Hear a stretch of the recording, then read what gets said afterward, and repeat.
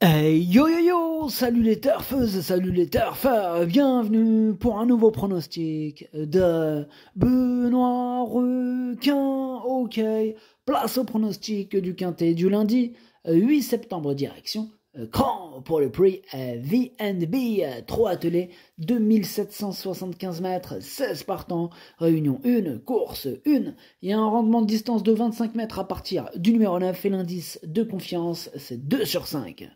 Petit retour sur les quintets de ce samedi et de ce dimanche.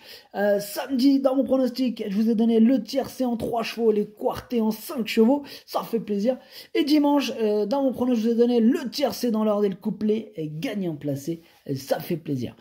Bien, c'est parti, on commence le pronostic et on commence avec le numéro 1, Jojo Toons, et on écoute Maxime Bézier. Jojo Toons a fait un tour le nez au vent pour son retour sur l'herbe, mais j'ai surtout contrôlé. J'avais la mesure du cheval à mon intérieur à Montier-en-Der. Il a gagné facilement et comme je n'ai pas mieux à courir prochainement, je tente la finale. Il est pratique, il a des périodes de forme assez courtes, autant profiter ici. Il est invaincu pieds nus, en pistant, il a son mot à dire. Eh bien, attention à ce numéro 1 que j'ai gardé dans mon prono, mais plutôt en bout de combinaison. Donc, attention à lui. On passe au numéro 2, Happy de la Côte. Happy de la Côte, moi je ne l'ai pas retenu, mais attention, c'est lui le chef et le capitaine de ma petite liste des possibles casseurs de tickets repérés. Attention. On enchaîne avec le numéro 3, Joyce Delto, et on écoute Aymeric Thomas. Écoutez, Joyce Delto apprécie évoluer avec de la fraîcheur. Aussi, dans le timing, avant cette finale, il était plus opportun de la présenter au Sable d'Olonne plutôt que d'aller à Montier-en-Der. La piste de Cran va lui convenir. Elle sera déférée cette fois. C'est une course ouverte. Elle battait Jingle Dupont à Royan, mais ici l'opposition est encore plus forte. J'espère la voir dans le quintet. J'espère bien aussi l'avoir dans le quintet, étant donné que je l'ai quand même mis deuxième. Bref, on passe au numéro 4, Hadès de Liton, et on écoute Antonin André. Hadès de Liton n'a pas connu la défaite en 8 tentatives cette année. Il aborde cette finale dans des conditions optimales, il est maniable et s'adapte à tout. C'est un cheval léger qui ne sera pas dérangé par une piste un peu lourde. J'avoue qu'il monte tout de même de catégorie, mais il est invaincu à droite depuis son arrivée à l'écurie. Je suis obligé d'y croire. Il est dans une forme olympique, ce numéro 4, il enchaîne les victoires. On va voir s'il peut encore repousser ses limites, mais pourquoi pas. Là, il est bien parti, en tout cas c'est lui mon préféré. On passe au numéro 5, Jeannette Priori, et on écoute Tony Lebellé. Jeannette Priori a peu couru sur l'herbe, mais c'est une surface qui lui convient, même si elle a souvent galopé. Elle demeure délicate. Bon, on a bien fait de faire le déplacement à Montier-en-Der, même si elle est partie au galop, sans quoi elle aurait été éliminée ici. Elle est très bien en ce moment. En tête, elle a une bonne chance à défendre et à sa place parmi les 5 premiers. Moi, il me plaît beaucoup ce numéro 5. Je pense qu'il peut en faire souffrir plus d'un sur sa route. Je l'ai mis 5e, attention. On passe au numéro 6, Imperator Della. Bon, lui, je l'ai pas retenu, c'est un regret. C'est mon deuxième cheval de complément en cas de non partant. Le numéro 7 maintenant, c'est Fakir de l'Aune. Lui non plus, je l'ai pas retenu, mais il est à l'arrière de ma petite liste des possibles troubles faits. On passe au numéro 8, Eliossi. Lui, je l'ai pas du tout retenu, j'en ai préféré d'autres.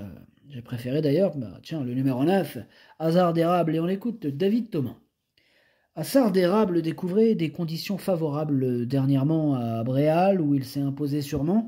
Cette fois, il s'élance au même échelon que certains rivaux qu'il affrontait dernièrement avec 25 mètres d'avance. Bon, sa tâche se complique donc. Alors certes, il est invaincu sur l'herbe en 4 tentatives, mais cette fois, il faut plutôt l'envisager pour la 5e, voire la 4e place. Ok, bon, ça lui fait peur, cette histoire de rendement de distance.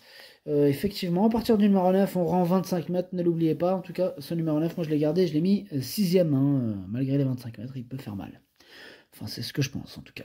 On passe au numéro 10, Hero Sibey, et on écoute Damien Ponne. Hero Sibey a fait preuve de courage dernièrement pour s'imposer à hier. Il est désormais revenu au mieux après une petite baisse de régime. Il a eu un mois pour bien récupérer et préparer cet objectif. Il se plaît particulièrement sur les pistes en herbe. Ce n'est jamais facile de rendre la distance à des chevaux en forme, mais j'en attends une bonne performance. Ok, merci Damien. Eh bien, ce numéro 10, En tout cas, moi je pense qu'il peut frapper un grand coup dans ce quintet. Je l'ai mis quatrième, malgré les 25 mètres, il peut faire mal. On passe au numéro 11, Alicia Bella. Alors, il m'embête un peu, même beaucoup. C'est lui mon gros regret, ce numéro 11. C'est lui mon cheval de complément, cas de nos partants. Attention, possible cassage en vue. On passe au numéro 12 et au numéro 13. Hymne du Gers, c'est Greco Bello. Et ces deux-là, je ne les retiens pas. Donc on enchaîne avec le numéro 14, Hidalgo Dénoé. Et lui non plus, je l'ai pas retenu, mais je l'ai pas rayé. Il est en plein milieu de ma petite liste des possibles troubles faits. On enchaîne avec le numéro 15, Hannibal Tuileries, et on écoute Charles Marcel Bruno. Hannibal Tuileries a encore enregistré une excellente performance à Nord-sur-Erdre. Il n'a été devancé que par Jack Desas, à qui il devait rendre 50 mètres. Quand même. C'est le seul à être revenu du 3e échelon. Eh bien, il a eu le temps de bien récupérer, va se présenter au top. Il n'est handicapé que de 25 mètres cette fois. Nous partons confiants pour cet objectif à domicile. Ça lui fait pas peur les 25 mètres, comme il a dit. Il réussit même à 50 mètres de revenir. Donc, c'est pas 25 mètres qui vont lui faire peur. En tout cas, moi, il me plaît beaucoup. Il fait même partie de mes préférés. Et je l'ai mis 3e. Et on termine avec le numéro 16, Grâce du Dijon. Et on écoute Charles Dreux. Grâce du Dijon a eu un très bon comportement à Nord-sur-Erdre. Il a fallu que j'emmène tout le monde. Bon. Elle n'a pas démérité dans ces conditions. Là, je la confie à Eric Raffin, qui saura lui donner le meilleur des parcours. J'ai volontairement attendu la finale. Elle aura de la fraîcheur. Elle n'aura pas 50 mètres à rendre et elle est prête à fournir une très bonne valeur. Il est confiant, Charles Dreux, avec Grâce du Dijon numéro 16, que j'ai gardé, mais en toute fin de combinaison.